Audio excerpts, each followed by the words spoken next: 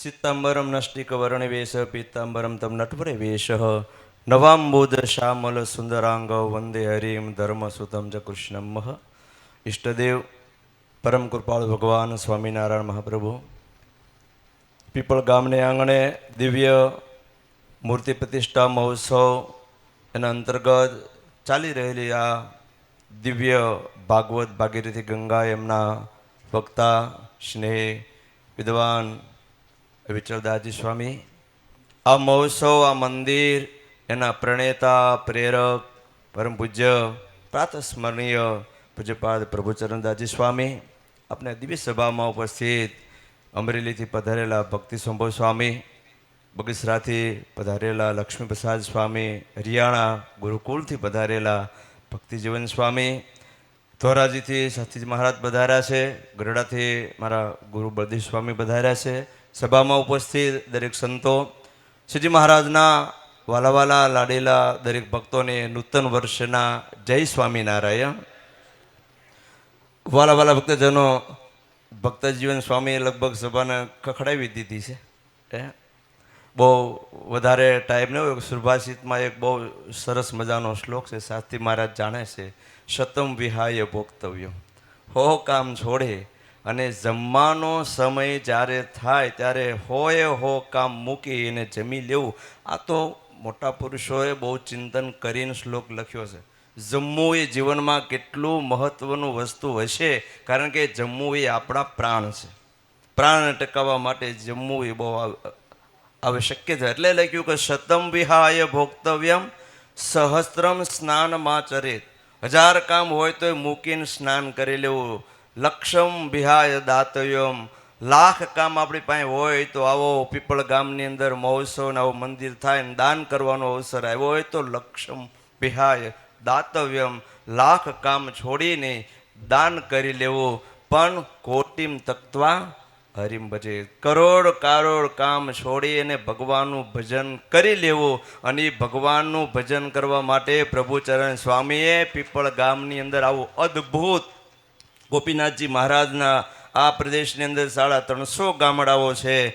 આજે કોઈને મંદિરનું નિર્માણ કરવું હશે તો પીપળ આવી અને એનો નમૂનો લેવા માટે આવવું પડશે કે મંદિર ગામડાની. એમાંય સવારે બધા સંતો હતા અને સ્વામી મંદિરના બધા અમે જોતા મંદિરનું આખું બાંધકામ મંદિર ચેરમેન સ્વામી કોઠારી સ્વામી બધા હતા ત્યારે પૂછ્યું પીપળ ગામની વસ્તી કેટલી છે?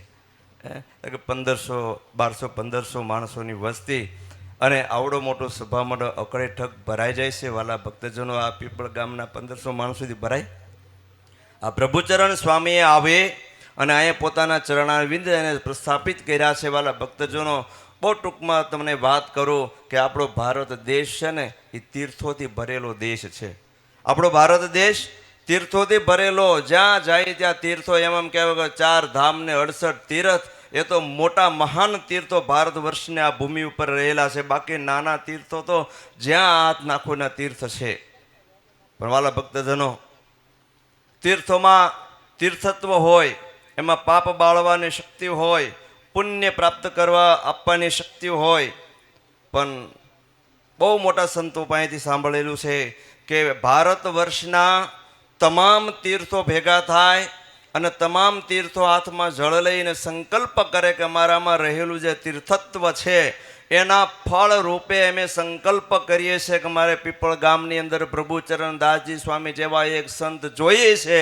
તો 68 તીર્થ 4 ધામ કે અનંત તીર્થો એના તીર્થત્વમાં એટલી શક્તિ કે સામર્થ્ય નથી કે એક સંતનું નિર્માણ કરી શકે.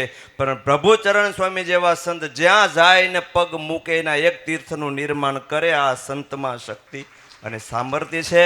સંતના મહિમાની પંચમ સ્કંદની અદ્ભુત કથા. એમાંય ભાગવતજી તો એમ કહ્યું છે કે ભરતજીને 3 જન્મની સજા ફટકારી, પણ નિષ્કુળાનંદ સ્વામી એમ કહ્યું કે મેં હું આદિ અનાદિ આ તો સર્વે ઉપાધિ. જબ સદગુરુ મિલ્યા તો મિટ ગઈ સર્વે ઉપાધિ.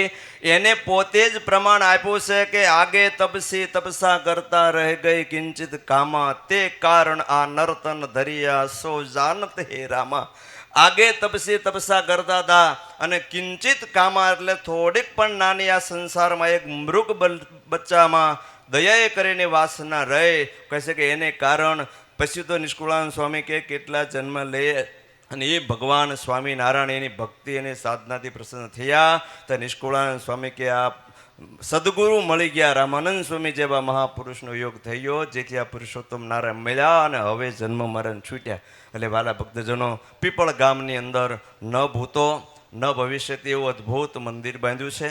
વાલા ભક્તો, કલ્પના કરો કે આ મંદિર આટલું મોટું અને આટલું અદ્ભુત છે, તો મંદિર બાંધનારા પ્રભુચરણ સ્વામી કેટલા મોટા છે એ વિચાર કરો તમે.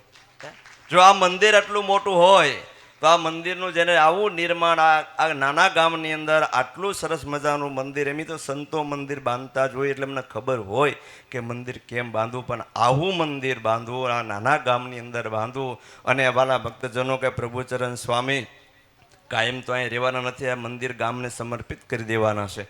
સ્વામીએ તો પોતાની ધૂણી તખાવી છે. સુરતની અંદર વેરડોની અંદર જાઓ, આ મંદિર છે ને વાલા ભક્તજનો, એ પાઠશાળા છે. એના બધી પ્રકારના પાઠ આપણને શીખવા મળે. મંદિર છે અને શાસ્ત્રો અમારા એમ સંતો એમ કહે છે કે એ હોસ્પિટલ પણ છે, કે અહીંયા તમામ પ્રકારની સર્જરી પણ અહીંયા થાય છે, અહીંયા તમામ પ્રકારના રોગોનું નિદાન થાય છે. પીપળના દરેક નાના મોટા ભક્તો સ્વામિનારાયણ ભગવાનને માનતા હો અથવા રામ કૃષ્ણ શિવ પાર્વતી માતા જેને પણ માનતા હો, પણ આપણા ગામની અંદર ગ્રામ દેવતા પધારે છે, તો એ ગ્રામ દેવતાનું ધ્યાન રાખવું, એનું પૂજન, એનું દર્શન, એનું અર્ચન એ કરવું એ ગામના ભક્તોની ફરજમાં આવે છે. એટલે વાલા ભક્તજનો, આજથી મંદિરની પ્રતિષ્ઠા થાય અને ઘનશ્યામ મહારાજ પધારે અને આખા ગામનું ઘનશ્યામ મહારાજ ધ્યાન રાખવાના છે, આખા ગામને સુખી કરવાના છે. તમારી બધાની ફરજ છે. ભગવાનને તમારી પાસેથી કાંઈ જોતું નથી. તમે આવીને સાંજ સવાર ભગવાનને 2 મિનિટ એના દર્શન કરશો, વંદન કરશો, ભગવાન તમારી ઉપર ખૂબ રાજી થશે. અને પ્રભુચરણ સ્વામીએ જે દાખલો કરી અને મંદિર બાંધ્યું છે, તો સંત પણ રાજી થશે. અને ભગવાન રાજી થાય અને સંત રાજી થાય તો અક્ષરધામનો માર્ગ આપણે માટે હાવ શોર્ટકટ થઈ જાય. એટલે વાલા ભક્તો, ખૂબ મંદિરે બધા જાજો, દર્શન કરજો.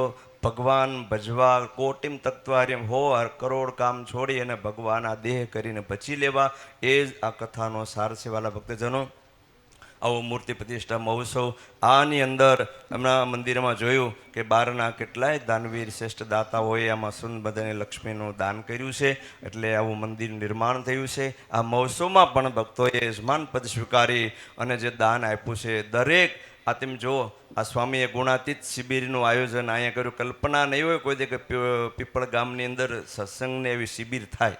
એ સ્વામીએ આ બધા શ્રેષ્ઠીઓ, સત્સંગના દાનવીર દાતાઓ, મોટા મોટા ગ્રહસ્થ ગમે એટલો પ્રસંગ કરે તો એટલા દાનવીર દાતાઓ એ ક્યારે ભેગા ન કરી શકે. એ પ્રભુચરણ સ્વામી પીપળમાં આ ગુણાતીત શિબિર હારે રાખી અને આ મંદિરની પ્રતિષ્ઠા, એટલે આ ગામની શોભા વધી ગઈ. સ્વામિનારાયણ સંપ્રદાયની અંદર આ મહોત્સવ સુવર્ણ અક્ષરે લખાઈ જાય એવું કામ પ્રભુચરણ સ્વામી કર્યું. સ્વામીનો સ્વભાવ, સ્વામીની પ્રકૃતિ, એમ કહેવાય છે કે જેનું જીવન બોલે એનું નામ બોલવાની જરૂર હોતી નથી. સ્વામીનું જીવન જ બોલે છે, એનું નામ બોલવાની જરૂર જ નથી. અમે સુરતમાં રહીએ છીએ. સ્વામીનું એક એક કાર્ય એટલું દિવ્ય અને અદ્ભુત છે. અમારી જેવા નાના સંતોને બહુ જ હૂફ આપે છે, સાથ સહકાર આપે છે. ક્યારેય પણ કોઈ પણ કામ હોય, નાના મોટા પ્રસંગો હોય, સ્વામીને આમંત્રણ આપી સ્વામી જરૂર પધારે અને પ્રસંગોને શોભાવે છે. તો સ્વામીની શોભા છે. એટલે વાલા ભક્તજનો વિશેષ નહીં લેતા આ મહોત્સવમાં, આ મંદિરમાં જે ભક્તોએ તનથી મનથી ધનથી જે સેવાઓ કરી છે, એની ઉપર શ્રીજી મહારાજ અને આ ગોપીનાથજી મહારાજની ધજાનો પડછાયો આ પીપળ ગામની ઉપર પડે છે. અડતાળા, ઉગામેડી અને પીપળ, આ ગામની સીમમાં સ્વામિનારાયણ ભગવાનને એક એક ચરણ રજથી ભૂમિ અંકિત થયેલી છે. એટલે આ પ્રસાદીનું ગામ છે. મહારાજ અહીંયા પધારે છે. ખૂબ ભજન કરજો. મહારાજ તમારા બધાની ઉપર ખૂબ રાજી થાય એવું કહી મારી વાણી વિરામ. અસ્તુ. જય સ્વામિનારાયણ.